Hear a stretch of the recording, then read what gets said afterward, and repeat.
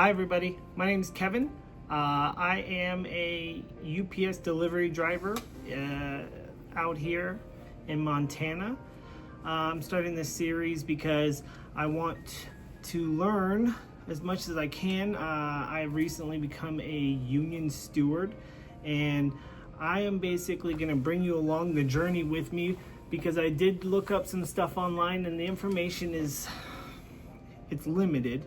And I wanted to make sure that I could make this not only an opportunity for me to learn, but also to share the information I found with others. So basically, this is going to be our introduction and thorough deep dive into this dirty, destroyed booklet here, which is our union handbook. You've probably heard it by now 1,000 times. It's in the contract. That is a big thing that I heard 1,000,000 times, but I oftentimes didn't have the information. So this is kind of my deep dive into finding out exactly what the rules are and exactly how I can better serve the other union members. In doing so, I'm bringing you along with me. So let's dive right on in. Hey folks, make sure to like, subscribe, and hit that notification bell so you don't miss out. So why does this matter? Because this right here, this old beat up thing, isn't just a dusty old book. This is your rule book. It's what protects your job, your wages, your rights, and today we're making it make sense. So to kick things off, we're just going to go right from the beginning. It is parties to the agreement. Who are these parties? Simple. It's us, the union representing you, the employees, and the employer. Our company. The article kicks off by stating our shared goal to protect your work and job opportunities. This isn't just flowery image. It sets the tone for the entire contract. It's a mutual promise to keep our work. And here's the kicker, a huge one. No bargaining unit work will be subcontracted, transferred, leased, assigned, or conveyed except as provided in this agreement. What does that mean? It means your work is union work. They can't just ship it off to another company or bring in outside contractors to do our jobs.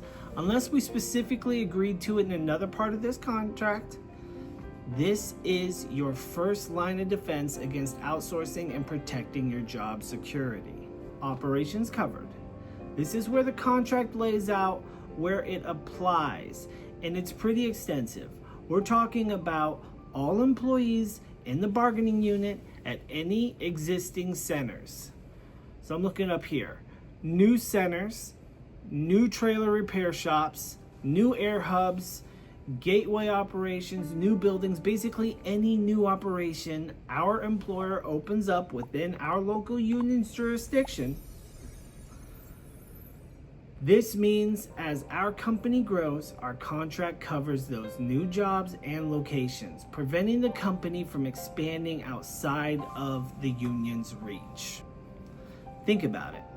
Without this, a company could open new facility right next door, do the exact same work, but pay different wages and offer different benefits. This clause prevents that. It ensures that when new opportunities arise, their union opportunities, our opportunities. Now let's talk about Section 2, employees covered. This is you. Who exactly is protected by this agreement? The list is long, strong, and it keeps growing. Right now, currently, we're talking about feeder drivers, package drivers, sorters, loaders, unloaders, porters, office clerks, customer center clerks, mechanics, maintenance personnel, building maintenance, car washers, United Parcel Service employees in the United Employers Air Operation, and to the extent allowed by law, employees in export and import operations performing load and unload duties. But wait, there's more. This section also specifically mentions employees of CSI and UPS Latin America. Under specific supplements, and here's a cool historical note, back on August 1st, 1987, we officially recognized even more clerical roles as part of our bargaining unit. Jobs like package return clerks, bad address clerks, damage clerks, and more. And then effective as of February 1st, 2003, we brought in FDC ODC clerks, international auditors, smart label clerks, and revenue auditors. This shows how our union has grown and adapted, bringing more workers under the protection of this very contract. Okay. Moving on to Section 3, transfer of company title or interest. This is a really important one. For long-term job security, it basically says this agreement is binding upon the parties, their successors, administrators, and executors.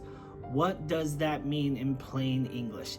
In our company, if our company gets sold, leased, or transferred, even if it goes through bankruptcy, our contract, this agreement, continues to apply for its entire life.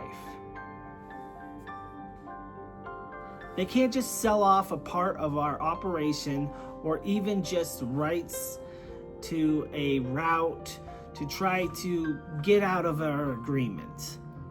And this, if the employer fails to make the new owner, transferee, or leasee agree to our contract, then our employer is liable to the local union and to all employees for all damages, including monetary damages. That's a big one. This is huge. It means they can't just ditch us when they sell or merge. They have to ensure our protections carry over. And the cherry on top, the tippity top, the cherry on top is the employer must give written notice of our agreement to any new buyer with a copy to our local union. Plus, our Teamsters United Parcel Service National Negotiating Committee and affected local unions are to be advised of the exact nature of the transaction, transparency, and accountability. It's built right in. Finally, Section 4, no duplication clause. This one is a big deal for keeping our work volume high. It states that the employer, any affiliate, or any entity under its control cannot enter into a business that duplicates the employer's common carrier operations in any area.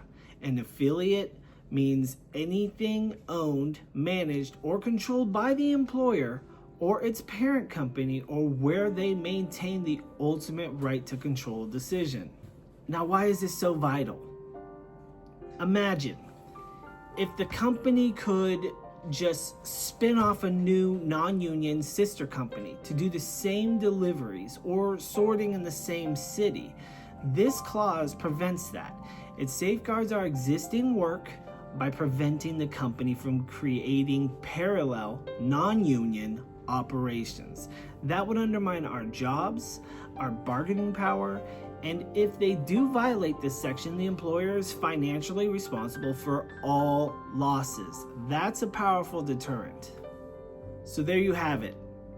Union family, Article 1 isn't just a formality. It's ironclad handshake that says your job security is paramount. Your work is protected from being sent elsewhere. Your rights extend to new operations and roles, and your contract follows the company no matter who's in charge. This is your power, in action. Folks, this is why being a union member means something.